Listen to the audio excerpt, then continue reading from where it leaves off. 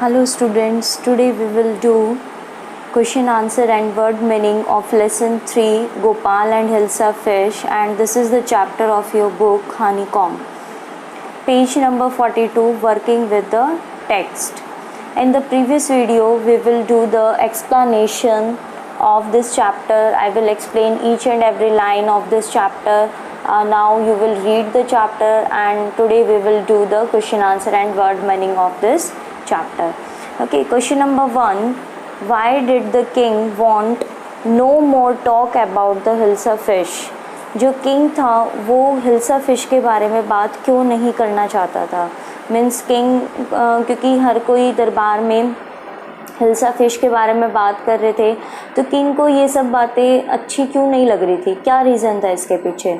Answer is the king was fed up of the talks of hilsa fish. It was season of hilsa fish and everyone was busy in talking of it. King जो था वो hilsa fish के बारे में बातें सुनते सुनते थक गया था, फेड अप हो गया था वो, ठीक है, मीन्स थक गया था, ऊब गया था. और ये किसका सीज़न चल रहा था? हिल्सा फिश का सीज़न चल रहा था. And everyone was busy in talking of it. और हर कोई हिल्सा फिश के बारे में बात कर रहा था, तो हर कोई बिजी था उसकी बात करने में, क्योंकि सीज़न ही हिल्सा फिश का था, तो हर जगह हिल्सा फिश के बारे में बात हो रही थी. तो किंग को ये सब बातें अच्छी नहीं लग रही थी कि क्या राज्य में लोगों के पास सिर्फ हिल्सा फिश के बारे में ही बात है, और कोई बात नहीं है, उनके पास और कोई काम नहीं है. तो इसलिए किंग जो था उनकी बातें सुन सुन के फैट अप हो गया था. Okay, now question number 2. What did the king ask Gopal to do prove that he was clever? What did the king ask Gopal? King ने गोपाल को क्या कहा? To do prove that he was clever. और क्या prove करने के लिए कहा? जिससे कि ये पता चले कि वह एक चालाक आदमी है. मीन्स यहाँ पे गोपाल ने क्या, किंग ने क्या चैलेंज दिया गोपाल को किंग ने क्या चैलेंज दिया, और गोपाल ने यहाँ पे क्या करके दिखाया. ठीक है, now answer is the king asked Gopal to buy a hilsa fish and bring it to the palace without anyone asking anything about the fish throughout the way to prove that he was clever.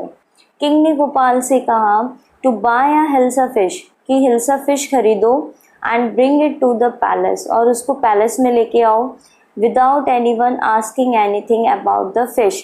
और इस बात का ध्यान रखना है कि उसके बारे में कोई भी उससे कुछ ना पूछे, मतलब उस फिश को नोटिस ना करे पूरे रास्ते. Through out the way means पूरे रास्ते उससे कोई भी फिश के बारे में ना पूछे.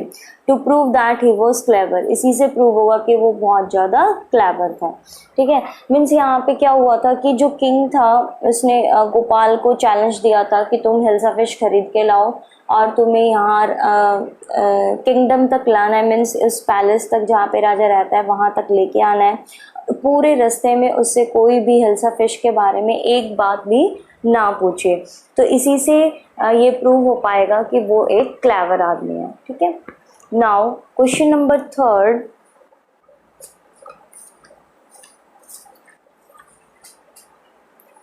What 3 things did Gopal do before he went to buy his Hilsa fish?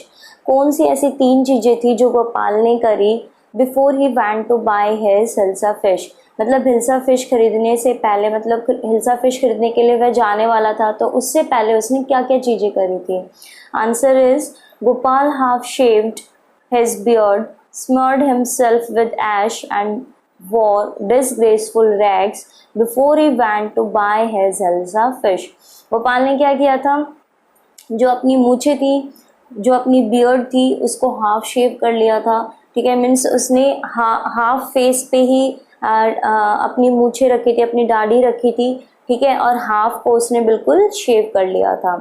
तो बहुत ही अजीब लग रहा था कि उसका हाफ फेस शेव है और हाफ फेस शेव नहीं है. ठीक है, स्मर्ड हिमसेल्फ विद ऐश, और उसने अपने पूरे फेस पे क्या लगा लिया था?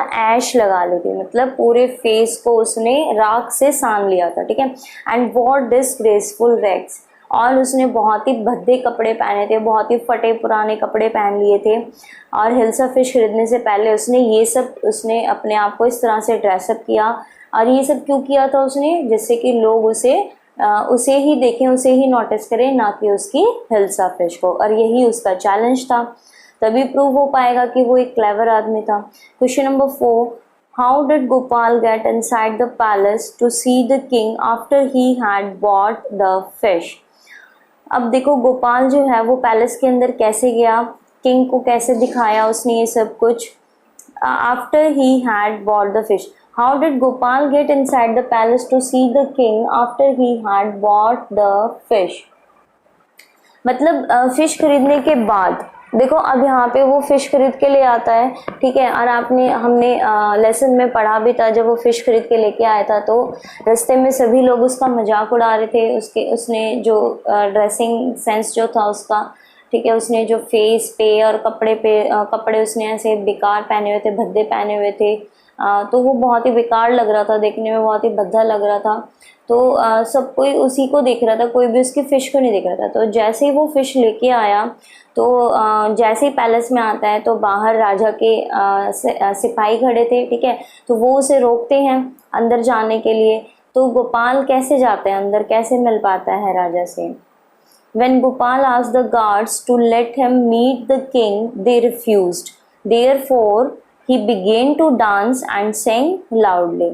On hearing his loud song, the king sent his messenger to call him in the court. अब देखिए यहाँ पे क्या होता है कि जब गोपाल जो है गार्ड से पूछता है कि मैं किंग से मिलने के लिए अंदर जाऊं, मुझे अंदर जाने दो, किंग से मिलना है मुझे, तो जो गार्ड होते हैं, जो रक्षक होते हैं, जो सेना होती है वो उसे मना कर देती है, ठीक है, उसे अंदर नहीं जाने देती है।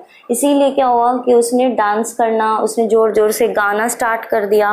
On hearing his loud song, और जैसे उसकी मतलब सॉन्ग की इतनी तेज़ आवाज़ सुनी, the king sent his messenger, तो किंग ने क्या किया, अपने मैसेंजर भेजे बाहर और उनको बोला कि जाओ तुम उसको लेके आओ कोर्ट के अंदर। तो इस तरह से जो गोपाल था उस तक मैसेंजर्स पहुँचे और उसको अंदर लेके आए होंगे, ठीक है। तो देखो अब देखो गोपाल यहाँ पे कितना स्ट्रगल कर रहा है, पहले खुद को इस तरह से बना के लेके आता है और फिर उसके बाद बाहर उसको गार्ड्स भी रोक लेते हैं, अंदर जाने नहीं देते हैं, लेकिन फिर भी उसने देखो कितना दिमाग लगाया, कितना माइंड का यूज़ किया कि वो कैसे अंदर जाए। तो उसने मतलब डांस करना और ज़ोर ज़ोर से गाना स्टार्ट कर दिया जिससे कि वो आवाज़ राजा के कानों तक पहुंच जाए। और राजा ने क्या कहा, अपने मैसेंजर्स को जाओ तुम उसे अंदर लेके आओ। Okay, now question number 5, explain why no one seem to be interested in talking about the hilsa fish which Gopal had bought. अब हमें यहाँ ये एक्सप्लेन करना है कि कोई भी हिल्सा फिश के बारे में बात करने में इंटरेस्टेड नहीं था जो कि गोपाल लाया था। एक्सप्लेन करो, मतलब क्यों था ऐसा। Gopal funny appearance attracted the attention of people much more than the hilsa fish. At that time no one was caring about the hilsa fish he was carrying. Everyone was busy in talking about his mad appearance, half shaved face and rags। अब देखो यहाँ पे जो गोपाल की जो ये जो funny appearance थी, मतलब हर कोई उसको देख के हंस रहा था, मजाक उड़ा रहा था उसका, तो ये जो फनी अपीयरेंस थी यही सभी लोगों को सभी लोग इसी चीज़ से अट्रैक्ट हुए उसकी तरफ। सभी लोगों ने उसकी सिर्फ वो फनी अपीयरेंस ही देखी और ना कि उसकी हिल्सा फिश, ठीक है। तो उस टाइम पे क्या हुआ कि no one was carrying about the hilsa fish he was carrying. तो किसी ने भी जो उसके पास जो हिल्सा फिश थी उसकी किसी ने चिंता नहीं करी, जो उसने कैरी करी हुई थी अपने साथ, किसी ने उसके बारे में नहीं पूछा, हर कोई उसे ही देख रहा था। गोपाल ने ये जो गेटअप बनाया हुआ था सिर्फ उसी को सब लोग देख रहे थे, जो कि बहुत ही फनी था। Everyone was busy in talking about his mad appearance, और हर कोई बिजी था ये बात करने में कि ये कितना, देखो कितना पागल आदमी है, कितने पागलों वाले इसने ऐसे अपने आप को बनाया हुआ है, अपने फेस को हाफ शेव किया हुआ है और इतने गंदे भद्दे कपड़े पहने हुए हैं। तो इस तरह से देखो जो उसकी ड्रेसिंग सेंस थी उसको देख के लोग उसका मजाक उड़ा रहे थे, हंस रहे थे और उसकी फिश पे कोई भी ध्यान नहीं दे रहा था, ठीक है। तो इस तरह से मतलब without noticing anybody he entered the kingdom and he give the hilsa fish to the king, and king impressed from him and also give him reward. तो इस तरह से देखो कि राजा को उसने प्रूव करके दिखाया, उसका चैलेंज माना और उसको प्रूव किया कि हाँ देखो मैं कितना इंटेलिजेंट हूँ, कितना क्लेवर हूँ। मतलब लोगों ने उसको नोटिस भी नहीं किया उसकी हिल्सा फिश की तरफ, और सिर्फ उसी को देखा, और इस तरह से वो पूरे रास्ते में अपने आप को नोटिस कराते हुए लेके आया, लेकिन अपनी फिश को नोटिस नहीं होने दिया उसने अपनी अपीयरेंस के कारण, ठीक है। और इस तरह से वो राजा तक पहुंच गया। Now question number 6, write true और false against each of the following sentence. अब यहाँ पे कुछ सेंटेंस दिए हुए हैं, ये आपके लेसन से रिलेटेड है। इसमें आपको बताना है कि जो सेंटेंस लिखा है वो सही है या गलत है। Okay, the king lost his temper easily. King जो था बहुत ही ईजिली, मतलब बहुत ही जल्दी अपना आपा खो देता था, उसको गुस्सा आ जाता था। Yes, this statement is true. Gopal was a mad man. Gopal जो था वो एक पागल आदमी था। फॉल्स, नहीं, वो पागल आदमी नहीं था, बस उसने एक चैलेंज को पूरा करने के लिए अपनी अपीयरेंस मैड पर्सन की तरह बनाए थे, ठीक है। सो that's why this sentence is wrong. Gopal was a clever man. क्या गोपाल एक चालाक आदमी था? Yes, true, it is true, क्योंकि उसने देखो किस तरह से बड़ी चालाकी के साथ उसने अपनी अपीयरेंस को चेंज कर लिया, अपनी फनी अपीयरेंस बना ली, जिससे कि उसकी हिल्सा फिश को कोई नोटिस ना करे। तो इससे प्रूव होता है कि वो एक क्लेवर आदमी है। Gopal was too poor to afford decent clothes. क्या गोपाल इतना गरीब था कि वो डिसेंट क्लोथ्स, एक सॉबर क्लोथ्स भी अफोर्ड ना कर पाए, ले ना पाए? फॉल्स, दिस इज रॉन्ग, क्योंकि देखो वो दरबार में दरबारी था तो ऑब्वियसली वो रिच होगा, ठीक है, कोई पुअर पर्सनालिटी तो था नहीं, लेकिन उसने चैलेंज को पूरा करने के लिए अपने आप को इस तरह से बनाया जिससे कि ये दिखे कि ये बहुत ही पुअर पर्सन है, मैड पर्सन है। Okay, now so that's why this statement is wrong. Now fifth point is the king got angry when he was shown to be wrong. King जो होता है उसको गुस्सा आ जाता है जब वो he was shown to be wrong, जब ऐसा लगता है कि वो गलत है। नो, फॉल्स, किंग को गुस्सा नहीं आता कि वो गलत है। किंग को उस टाइम पे क्या होता है कि गिल्टी फील होती है और वो अपनी गलती मान भी लेता है, ठीक है। Now word meaning of this lesson. First word is challenge. Challenge सभी को पता है, चैलेंज मतलब जब हम किसी से कोई बैट लगाते हैं या चैलेंज, दो पर्सन के बीच में कोई बात के ऊपर चैलेंज हो जाए, ठीक है, या आप कंपटीशन कर रहे हो एक बंदा दूसरे बंदे के साथ, ठीक है, तो ask to contest. Second point is mystic. Mystic means believing in spiritual power. Mystic means जो कि सच से परे हो, मीन्स जो कि ऐसा लगे कि क्या ऐसा भी हो सकता है, क्या पॉसिबल है, means related to God and spiritual powers.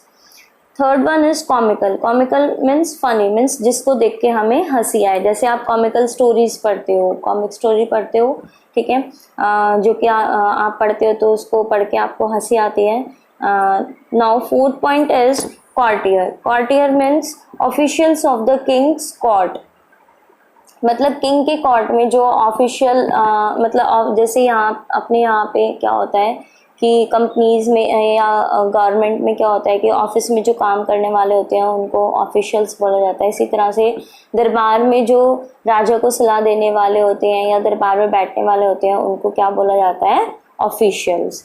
Okay, now last word is smearing. Smearing means to apply coat और मार्क, मतलब कुछ लगा लेना अपने ऊपर, कुछ कॉटिंग किसी चीज की कर लेना। जैसे कि यहाँ पे गोपाल ने क्या किया था, रैक्स को स्मियर कर लिया था, मीन्स रैक्स नहीं, ऐश को स्मियर कर लिया था अपने फेस पे, मीन्स राख को लपेट लिया था, अपने फेस को सान लिया था पूरा, ठीक है। तो एक तरह से उसने कॉटिंग लगा ली थी ऐश के अपने फेस पे, ठीक है, या किसी चीज के मार्क भी हो सकते हैं। Now these are the word meaning of this lesson.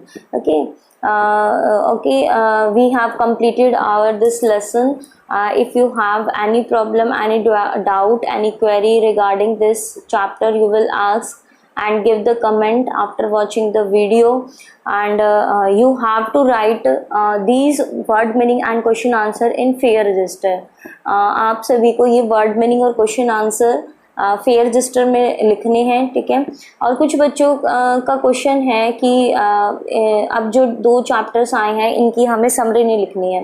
देखो पहले बुक में से नहीं पढ़ाया जा रहा था, मैं आपको समरी दे रही थी मतलब स्टोरी बता रही थी और क्वेश्चन आंसर वर्ड मीनिंग लिखवा रही थी, लेकिन अभी मेरे पास बुक है तो मैं बुक में से आपको पढ़ा रही हूँ, ठीक है। और मैंने उस चैप्टर की पीडीएफ भी दे दी है, इसीलिए आपको कि जिन बच्चों के पास बुक नहीं है तो वो उस पीडीएफ में से देख सकते हो, ठीक है। तो आप उस पीडीएफ में से चैप्टर देखो, ठीक है, उसमें से लाइन टू लाइन पढ़ो और एक्सप्लेनेशन मैंने किया हुआ है, ठीक है। उस टाइम पे बुक नहीं थी तो इसीलिए समरी लिखवाई जा रही थी, लेकिन अभी आपके पास बुक है, आप लाइन टू लाइन पढ़ो, उसको समझो, जो मैंने एक्सप्लेनेशन दी है उसको बार बार सुनो, तो आपको स्टोरी आराम से हर एक चैप्टर की समझ आ जाएगी, ठीक है। तो अब समरी लिखने की ज़रूरत नहीं है क्योंकि हमारे पास बुक है, तो बुक में से हम इजीली पढ़ सकते हैं, समझ सकते हैं। और मैंने लाइन टू लाइन आपको एक्सप्लेन किया है, word to word, line to line I will explain, and I also have to explain like this in every chapter, okay. तो समरी लिखने की ज़रूरत नहीं है, अभी सिर्फ आप चैप्टर पढ़ो, क्वेश्चन आंसर करो, वर्ड मीनिंग करो, okay. Thank you and take care.